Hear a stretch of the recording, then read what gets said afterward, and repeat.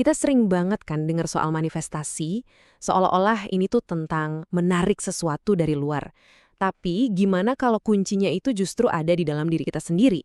Nah, dalam pembahasan kali ini kita bakal kupas tuntas konsep manifestasi tapi dari sudut pandang yang beda. Bukan soal narik-narik, tapi soal menata apa yang ada di dalam.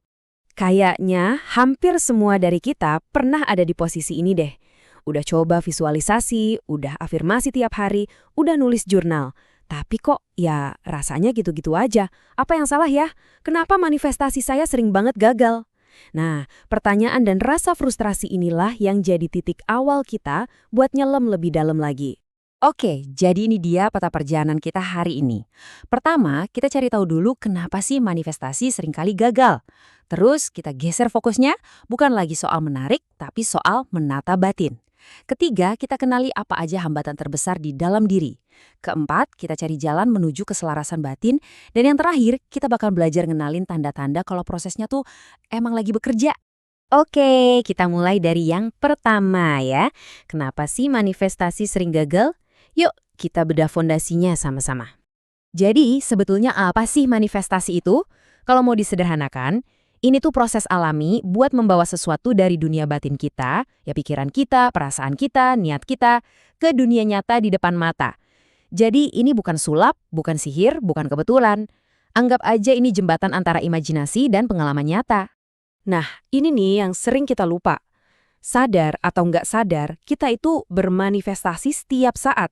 Iya, setiap saat.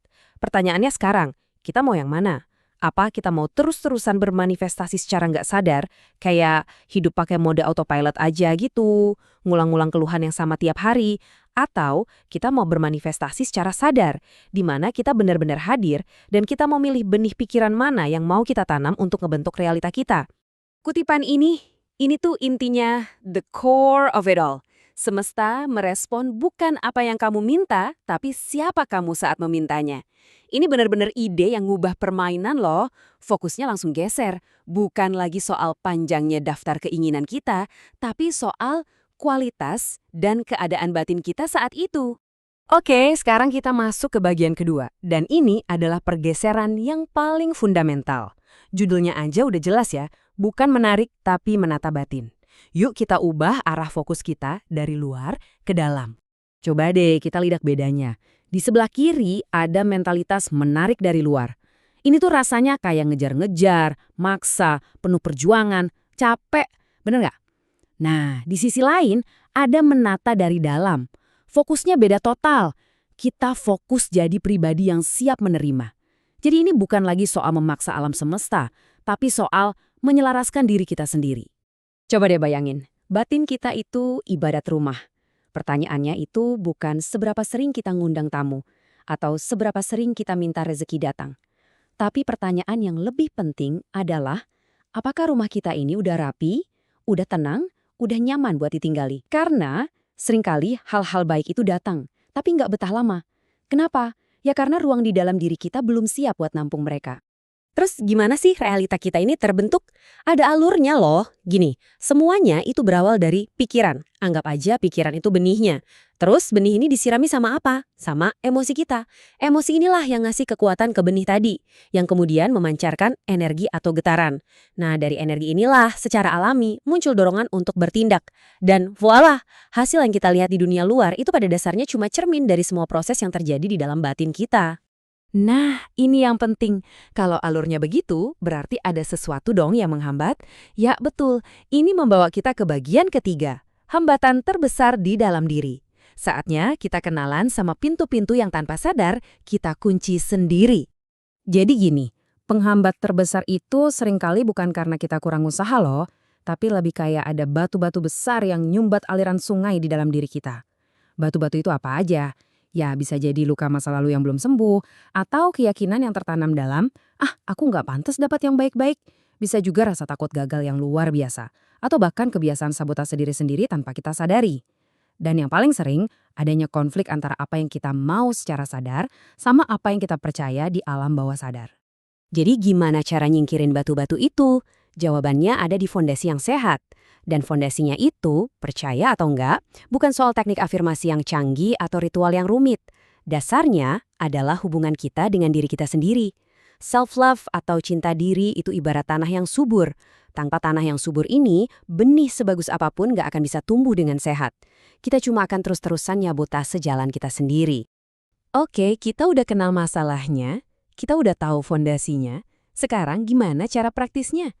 Yuk kita masuk ke bagian 4, jalan menuju keselarasan batin. Ini dia, kunci-kunci buat ngebuka lagi aliran yang tadi tersumbat. Alat utamanya yang paling dasar adalah mindfulness atau kesadaran penuh. Apa sih itu? Simpelnya gini, ini adalah kemampuan untuk sadar sama apa yang lagi terjadi saat ini juga. Sadar sama pikiran yang lewat, perasaan yang muncul, sensasi di tubuh. Tapi kuncinya adalah tanpa langsung ngejudge atau menghakimi. Ini tuh seni untuk hadir sepenuhnya di momen ini. Nah, ini urutan yang sering banget kebolak-balik. Kebanyakan dari kita mikirnya gini, nanti kalau aku udah punya uang, baru aku akan melakukan bisnis. Dan baru aku bisa menjadi orang sukses. Padahal urutan alaminya itu kebalik. Kita harus menjadi dulu. Rasakan, hayati, hidupi perasaan dan identitas yang kita inginkan itu sekarang juga. Dari situ, secara otomatis kita akan melakukan hal-hal yang selaras. Dan hasilnya, kita akan memiliki itu semua sebagai konsekuensi yang alami. Be, do, have. Bukan have, do, be. Dan ini tuh contoh nyata gimana kita bisa menjadi lewat pola pikir. Coba deh rasakan bedanya. Dari mindset lama, aku harus kerja keras banting tulang biar pantas. Kita ubah jadi mindset baru, aku layak menerima kebaikan dengan tenang. Dari, rezeki itu terbatas dan susah dicari, jadi kelimpahan itu datang dari sumber yang tak terbatas. Pergeseran kecil dalam cerita yang kita ucapkan ke diri sendiri ini, dampaknya luar biasa besar untuk realita di luar sana. Langkah terakhir, dan ini mungkin yang paling susah tapi juga paling penting. Letting go, melepaskan. Tunggu dulu. Melepaskan di sini itu bukan berarti nyerah ya. Bukan berarti ya udahlah pasrah aja. Bukan. Ini adalah seni melepaskan keterikatan yang berlebihan pada hasilnya. Ini adalah tanda kepercayaan yang penuh, trust, sama prosesnya. Percaya kalau apa yang udah kita niatkan itu bakal nemuin jalannya sendiri di waktu yang paling tepat. Oke, sekarang kita sampai di bagian yang paling ditunggu-tunggu. Gimana kita tahu kalau semua ini beneran bekerja? Nah, di bagian kelima ini kita akan belajar ngenalin tanda-tandanya. Bukan tanda-tanda besar di luar, tapi pergeseran-pergeseran halus di dalam diri kita. Ingat ya, tanda-tandanya itu seringkali nggak heboh. Justru yang perlu kita perhatikan adalah yang halus-halus ini. Coba cek deh, apa kamu mulai ngerasa lebih tenang tanpa alasan yang jelas? Atau keinginan kamu yang tadinya harus dapat sekarang juga, sekarang rasanya jadi lebih ringan, lebih santai? Pola pikir lama mulai nggak sekuat dulu? Atau mungkin kamu sadar, hal-hal kecil di sekitarmu kok kayaknya pas banget ya, sinkronisitas mulai muncul? Nah, ini semua adalah bukti kalau pergeseran di dalam batinmu itu beneran lagi terjadi. Dan pada akhirnya, saat kita udah fokus menata batin, inilah yang terjadi. Kutipan ini merangkum semuanya dengan sempurna. Manifestasi tidak lagi menjadi sesuatu yang kita kejar, ia datang menghampiri kita dengan cara yang tepat di waktu yang tepat. Indah banget kan? Ini bukan lagi soal perjuangan, tapi soal mengalir dengan alami. Jadi, untuk menutup pembahasan kita kali ini, yuk kita ubah pertanyaan di kepala kita. Pertanyaan yang paling penting itu bukan lagi, apa sih yang pengen aku dapetin?